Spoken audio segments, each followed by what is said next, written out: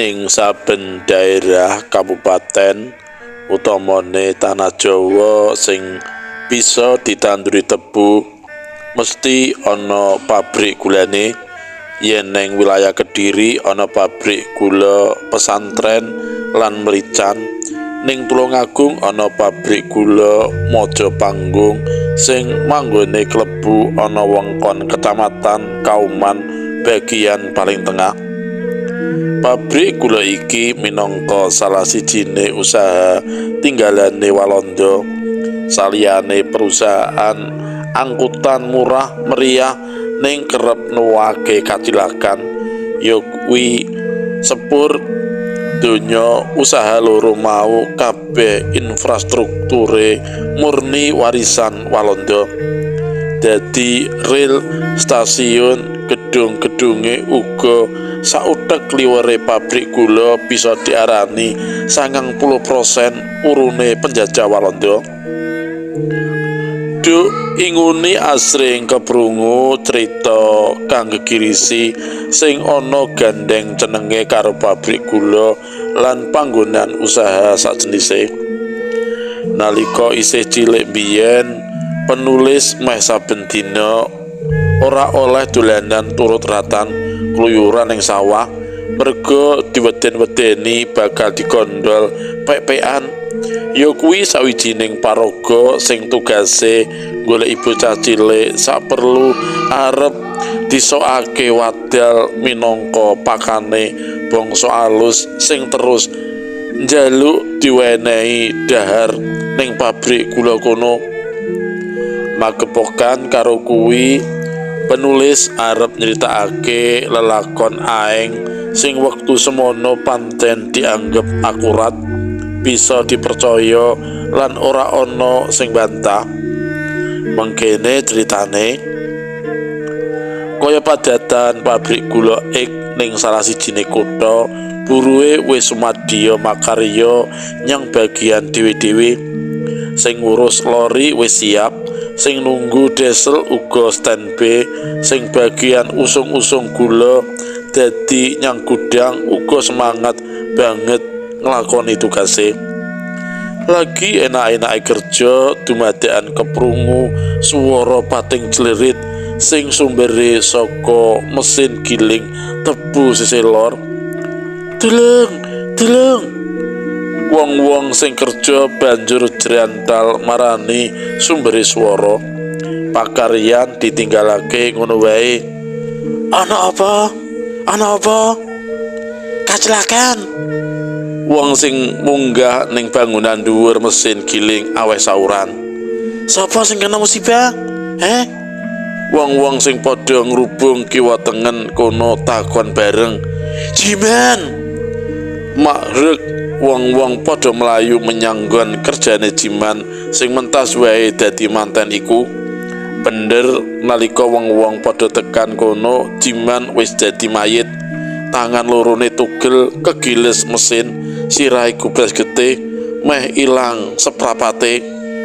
Otomatis Jiman ora ngukup nyawane, tinggal donya kegiles mesin sing biasa meres banyu tebu iku. Kacilakan ning pabrik kono wis bola-bali. Saben mangsa usum giling antarane wulan April nganti November mesti ana karyawan pabrik dadi kurbane cacat utawa malah kebacut nemahi pati. Kahanan mau mesti wae ndadekake bingunge pihak petinggi pabrik uga kabeh karyawane. Usaha apa wae wis dilakoni murih ora ana kacilakan. Ning nyatane nganti dina iku durung ana asile sing maremake.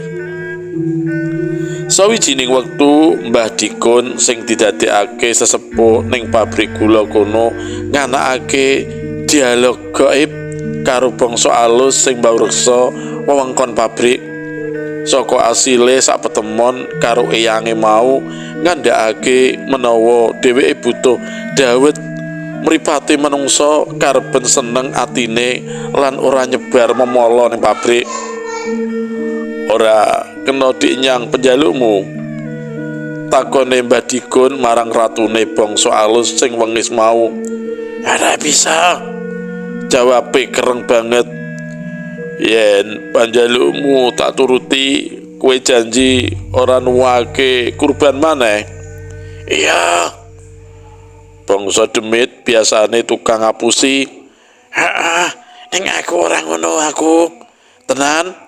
Sumpah. Mbah Dikun ora enggal jawab. Dheweke ngeluntrung penerngetan ninggalake Ratu Demit mau. Arep nganti? Omong-omongan durung mari kok minggat. Ujari Ratu Demit menggak jangkai Mbah Dikun. Aku arep mulih. Jar pitunge mau kapriye? Aku rasaku mosok bangsaku sing tingkatane luwih anja timbang kowe kok mung didadekake tumbal nuruti karep atimu sing edan kuwi ora bisa. Pisan iki wae sabanjure bisa dirundingake maneh.